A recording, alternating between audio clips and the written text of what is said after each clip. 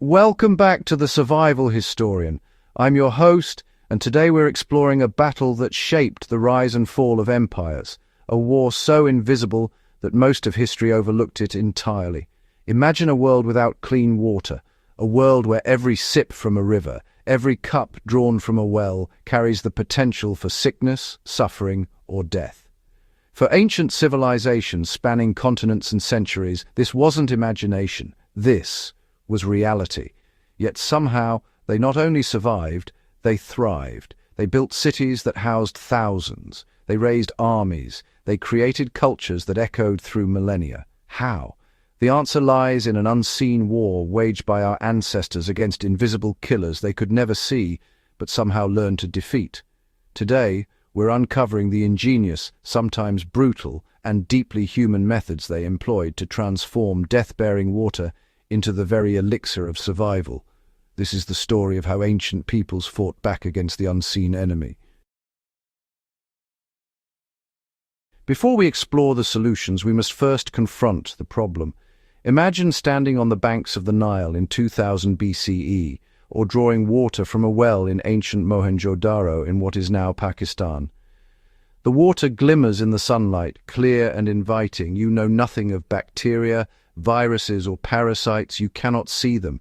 You cannot name them, yet they are there, waiting. Cholera, typhoid, dysentery, diseases that could decimate an entire settlement within weeks. In ancient times, waterborne illness wasn't a minor inconvenience. It was apocalyptic. Villages would vanish, armies would crumble, not from enemy swords, but from their own corrupted water supplies.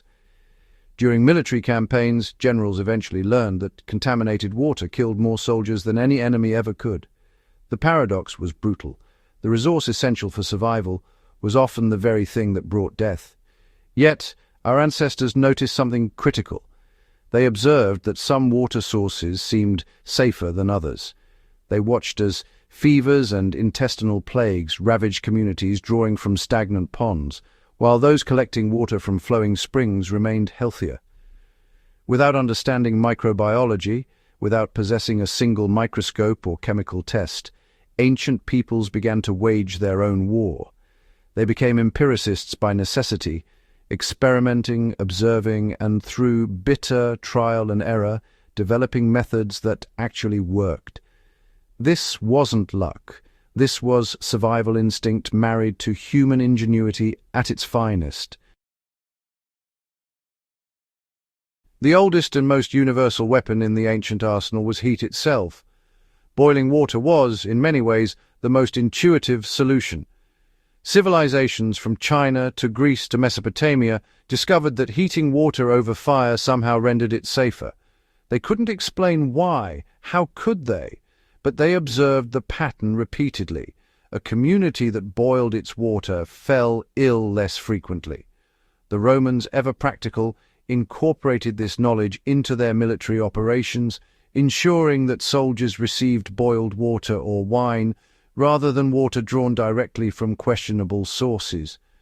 The heat itself devastated the microscopic killers, though ancient peoples would have framed it differently. The fire purified the water's essence, drove away the invisible corruptions. Whether explained through mysticism or pragmatism, the result was the same: survival. But boiling required fuel, required time, and in many regions required resources that couldn't always be spared. This necessity drove innovation toward methods that worked without constant heat. The Egyptians, masters of observation and engineering, developed a technique of stunning simplicity. They waited. Drawing water from the Nile, they allowed it to sit in large stone basins. Over hours and days, the suspended silt, mud, and organic matter would settle to the bottom, leaving clearer water above. Then came the second step, pouring this water through cloth or rough sand. Fine particles that had eluded the settling basin would catch in these filters, trapped like insects in a web. The water that emerged wasn't pure by modern standards, but it was profoundly safer than what went in.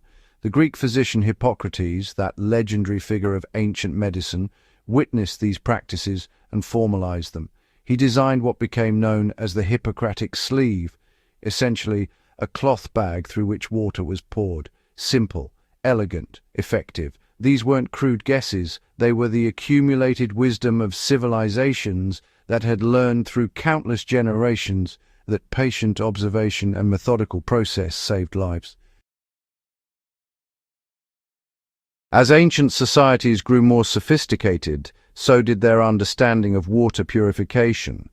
The truly remarkable innovations came when ancients discovered that certain natural substances could be used to accelerate what settling basins accomplished naturally.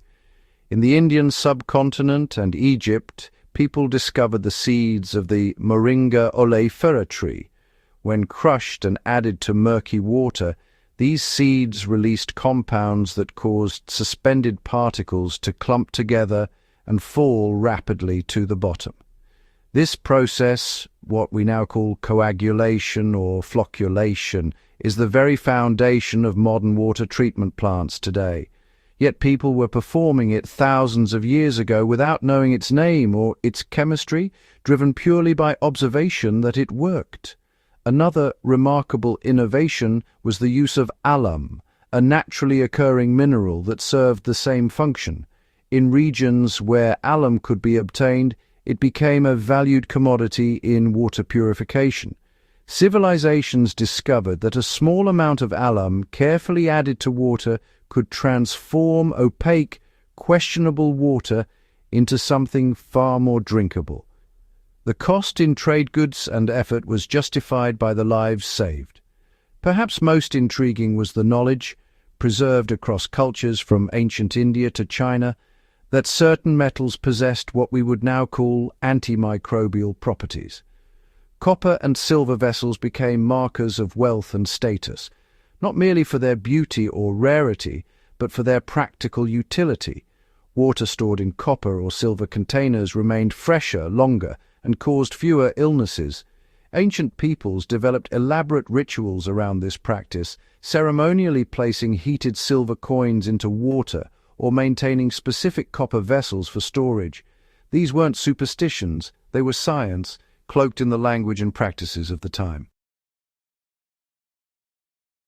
Among the most sophisticated purification methods employed by ancients was the use of charcoal, wood charred in fire, until it became porous and almost absorbent. The Egyptians discovered that water filtered through charcoal emerged clearer, tasted better, and smelled fresher. What they didn't know was that charcoal's porous structure trapped organic compounds and removed some pathogens. Activated charcoal remains a cornerstone of modern water filtration today. The ancient innovation wasn't crude, it was genius. Equally remarkable were ceramic filters. Cultures across Asia and Africa developed pottery with specific porosity levels. Water poured through these ceramic vessels would be filtered as the fine structure of fired clay trapped particles and microscopic threats. Pottery workshops became crucial to water security. A skilled potter creating the right vessel could save a city from plague. The Romans took these innovations even further, building sophisticated aqueduct systems with settling tanks, essentially the world's first large-scale water treatment infrastructure. Water traveled miles through channels, settling in basin after basin, each removing more impurities. By the time Romans drew water at public fountains, it had been passively treated through principles of gravity, settling, and time. The engineering was magnificent, but the principle was ancient wisdom scaled up. Let time and patience do the work. Yet, for all this ingenuity, history records moments when purification failed catastrophically, when armies moved through unknown territories, when cities grew faster than their water systems could accommodate, when populations lost access to their familiar springs and wells, disease ravaged with apocalyptic force. The plague of Justinian in the 6th century devastated the Byzantine Empire. Soldiers would die by the thousands, not from battle wounds, but from their own water supplies. Villages would be abandoned. A child drinks from a well and becomes ill 3 days later. These were the costs when the unseen war turned against humanity. Yet even in these darkest moments, the memory of solutions persisted. Survivors would remember: boil the water, wait for it to settle, filter it through cloth, find the copper vessel. These weren't magical incantations.